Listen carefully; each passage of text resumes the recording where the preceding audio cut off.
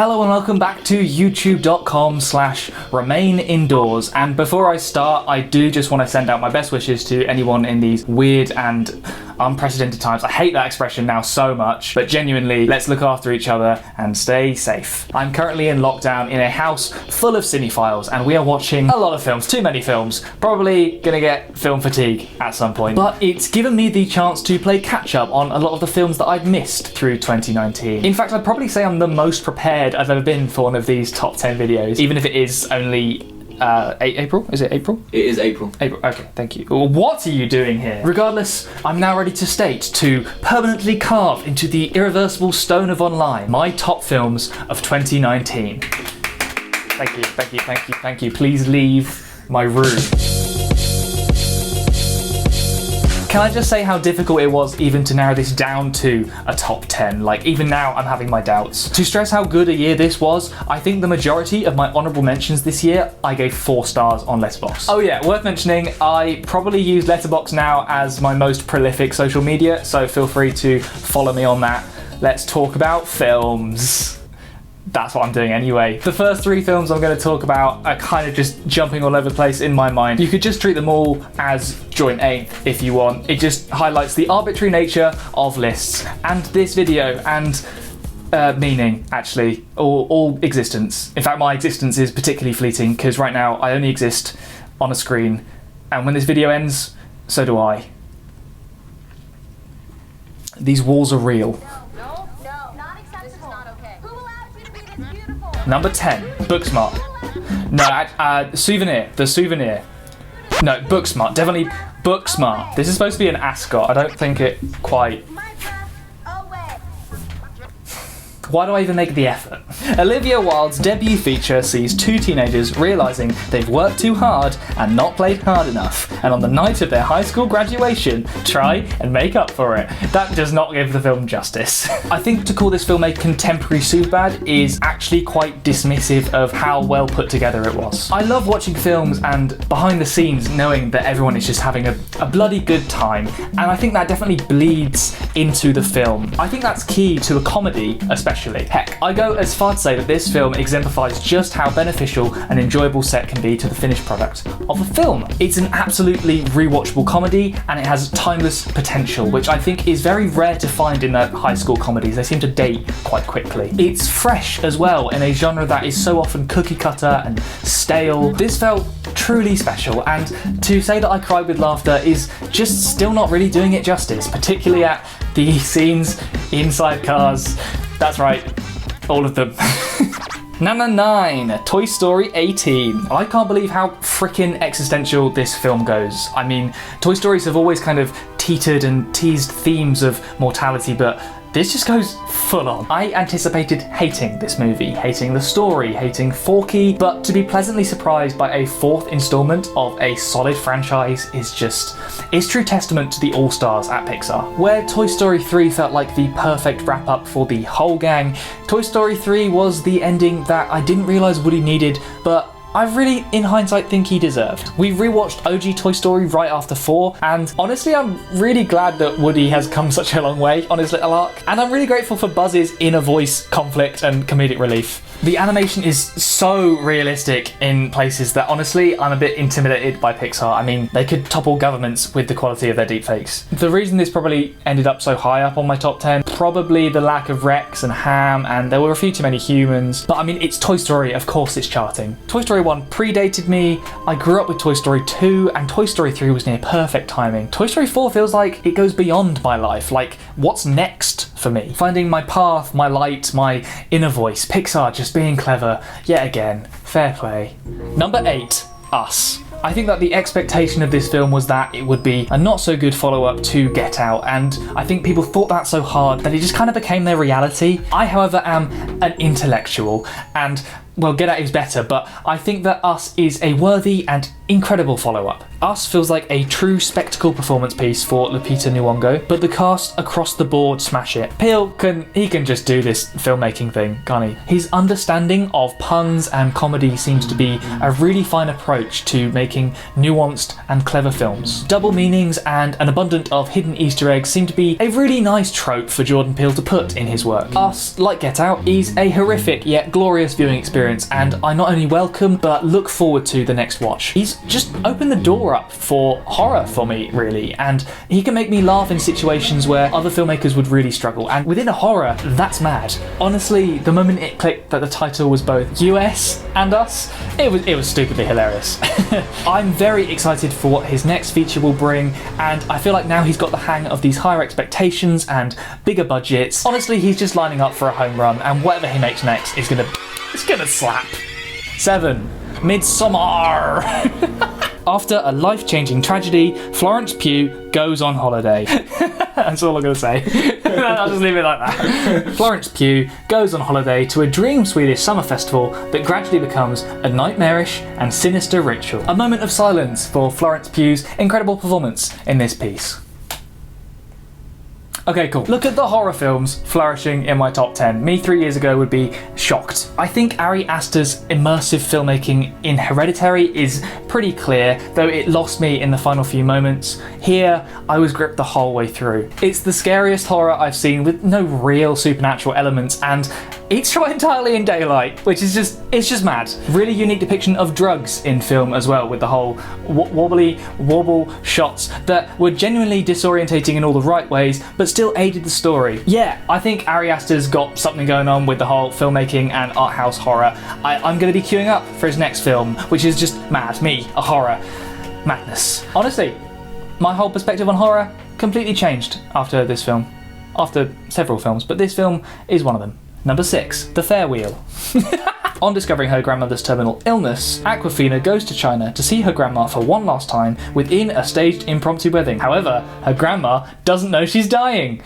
It's a tragedy. It's very sad. In tribute to the framing of this film, I'm actually going to adjust this just a little for headroom, you know. This is a real space. Feels so far away. This is a real special and modest tragicomedy in my eyes. And yes, me talking about how much I love tragicomedies is a bit of a cliche now, but if you need an example of why I love them, let it be this film. But you know what else I love in films? Genuineness. And this film feels truly from the heart of Lulu Wang, a confession of her love for her grandma. Wang's ability to write dialogue is just so truthful, and I'm also really grateful for this American Asian experience presenting a conundrum I personally would never have confronted myself. A conundrum created by culture conflicts that are equally presented within this film. It's poignant and really reflective on how we hold our own values. Taking quite a specific situation and making it universal, that takes skill, and Lulu Wang has skill with a capital S. So dumb. I'm so dumb. Like Peele and Aster, I can't wait to see what Wang makes next. Number 5, Honey Boy. Shia LaBeouf's therapeutic script follows a child star, him, trying to rebuild his relationship with an abusive father, played by him, in a tale based on Shia's true experiences with therapy. I regret this already. Okay. Oh, it's so cold. It looks like the Joker. It's in my slipper! No! Watching Shia LaBeouf's career, unintentionally but closely, I think is why this film hits so hard. From Even Stevens to Transformers to his meta-modernism breakdown, it's so bizarre to see his work so clearly referenced and sprinkled in, from the Hawaiian shirt to the cream, with that added context of what's happening behind the scenes. Oh, it's just heartbreaking to watch. This film is so raw that it makes me reevaluate my use of the word raw. Like, you know when people overuse the word genius and you start to think, what is actually genius? Well, this film has now redefined the word raw for me. There's a very minimalist score by Alex Summers, who also did the music for Black Mirror's Hang the DJ episode. Listen to Was, Is, Will Be, and Real World in particular, but with headphones, or I'll tell you off. apparently. This film is therapeutic and sincere. The literal therapy scenes, albeit edging on being too meta, are fully breathtaking, and even with Lucas Hedges, who lukewarm take, I don't really like. Lucas warm take? Kyle, could I say Lucas warm take? No. Just don't try it. Alright, thank you, Kyle. You're welcome, fella. With the LaBeouf stigma, I can completely understand why this went under some people's radar, but this is a truly cathartic piece of art, and as I said in my Letterboxd review, I hope Shia got a lot out of this process. Alright, now onto my top 5, which have sort of been like next level this whole time. Not to like dismiss the value of these other films, just these films really were a step up and like truly powerful pieces of work. So for that reason, I'm going to throw in my honourable mentions, and now. That was so lame. The Souvenir, Monopoly, Pain and Gain, starring Dwayne The Rock Johnson, Jojo Rabbit, Tall Girls, Farmageddon, When Creating Complex Sentences, Perhaps Employer Subordinate Class, A Ghost Story, Once Upon a King in Hollyfoot, The Last Hour of The Irishman, Knives Out for Heron, Samuel Beckett's Endgame, and Alright, I'm going to clean up now. Number 4, Uncut Gems. The marketing on this film became so bloody good that I imagine you've heard of this. I'm certain my mum has, because I watched it with her. Really never thought it would be Adam Sandler with 2 of my favourite character performances in film. But here we are. This plus his performance in Punch Drunk Love, which may I add is a complete polar opposite performance, make him one of the most fascinating character actors around. That is so wild to say out loud. Whilst the hype surrounding the anxiety-inducing experience this film is pretty heavy, I've been a fan of the sporadic, panicky film style of the Safdie Bros since Good Time, so I kind of knew what I was getting into, and I just coasted along that wild, wild ride. It's spectacular filmmaking, the colours and shots are class. Fun fact, cinematographer Darius Conji simultaneously shot this film whilst also shooting Tom York and PTA's Anima. That's mad. I learned a lot about the inner workings of this film in the A24 podcast starring the Safdie Bros and my bae, PTA. With the sort of dislike surrounding Adam Sandler, it is absolutely class casting to make him such an insatiable anti-hero. The most chaotic evil film of the year, with some heavily quotable but also inappropriate to quote bits of dialogue. Holy shit, I'm gonna come. This film is tremendous. I watched that scene with my mum, and now I'm forcing her to rewatch it. I'm really sorry, Mum. Number 3, The Lighthouse. I was going to do this in black and white with 4:3 aspect ratio, but Sammy the Snake Paul beat me to it and then threatened, that's right, threatened to call me out in the comments. So in the most spiteful and subversive way I can imagine, I'm going to shoot this in very vivid colours and CinemaScope. Willem Dafoe and Robert Pattinson get locked on a lighthouse island together and discover true friendship is the insanity they find along the way. Now, I actively discourage you from watching this film during isolation. I think it's a great film to watch after the storm has cleared, but I fear that life may imitate art a bit with the themes being so similar. Probably not, but just a disclaimer. This is the 3rd horror film on my list, so I think that pretty much summarises how things are going post-uni. Robert Pattinson and Willem Dafoe, both people who I've outwardly mocked for past roles, have well and proper put the vegan egg back in my face with their most recent works. Not only is this the best shot film of the year, not only is this the best acted film of the year, but this is the biggest experience film for me this year. We watched this as a big group on opening night, actually on the day that Britain left the EU, and it was oddly cathartic all in all. Each department brought their absolute A-game, and fun fact, they actually built the entire 19th century lighthouse set while still staying under their budget of $4 million, which is the same they spent on Gone with the Wind. That is mad. Number 2, Parasite. Parasite. Ooh.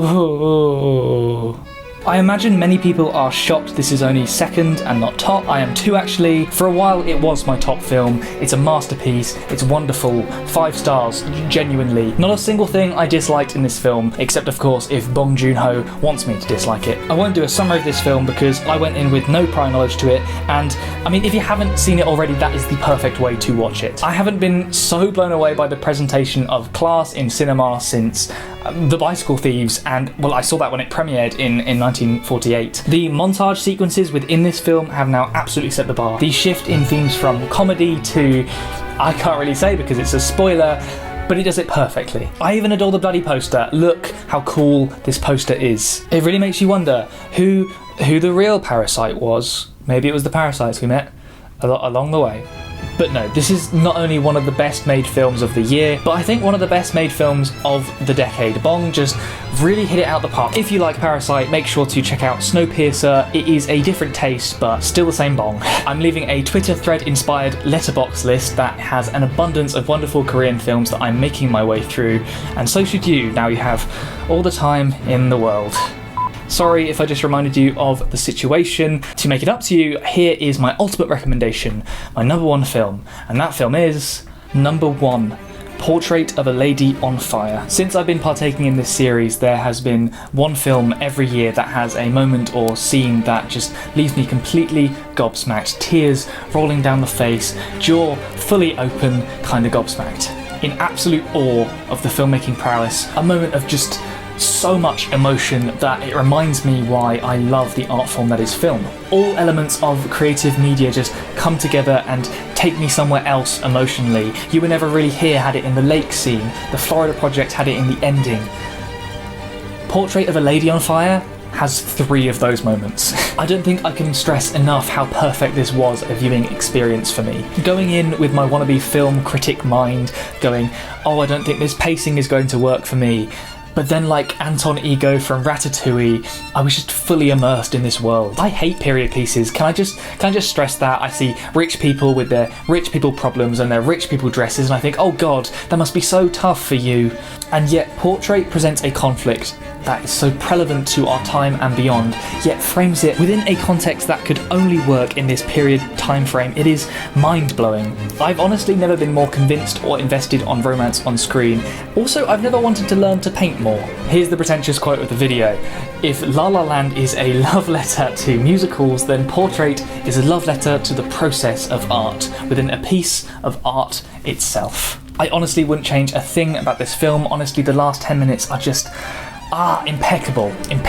Like 2 perfect endings back to back, and please can I recommend this film to anyone? I think it's on Mubi right now, so just please go and watch it. Number 1 film for me, and a masterpiece. 2 masterpieces in 2019. That's amazing. I mean, I recommend all the films on this list, of course, but those last 4 get a couple extra exclamation marks. Cool. Thanks for watching. For more bite-sized, instant versions of this video, feel free to check out my letterbox. Next thing I post up to youtube.com, if everything goes right, is the Dawn Chorus Part 2 of the What's Next trilogy. I've poured so much into this one, but also, please lower expectation. Here's a clip. And that's all you get. Alright, thanks for watching, be safe, wash your hands. I'm going to link a video about self-care by Iz Harris, watch if you so desire, it's very helpful. Yeah, bye, go, leave, bye, leave, go, get out, just get out. Did it go everywhere? Oh my god!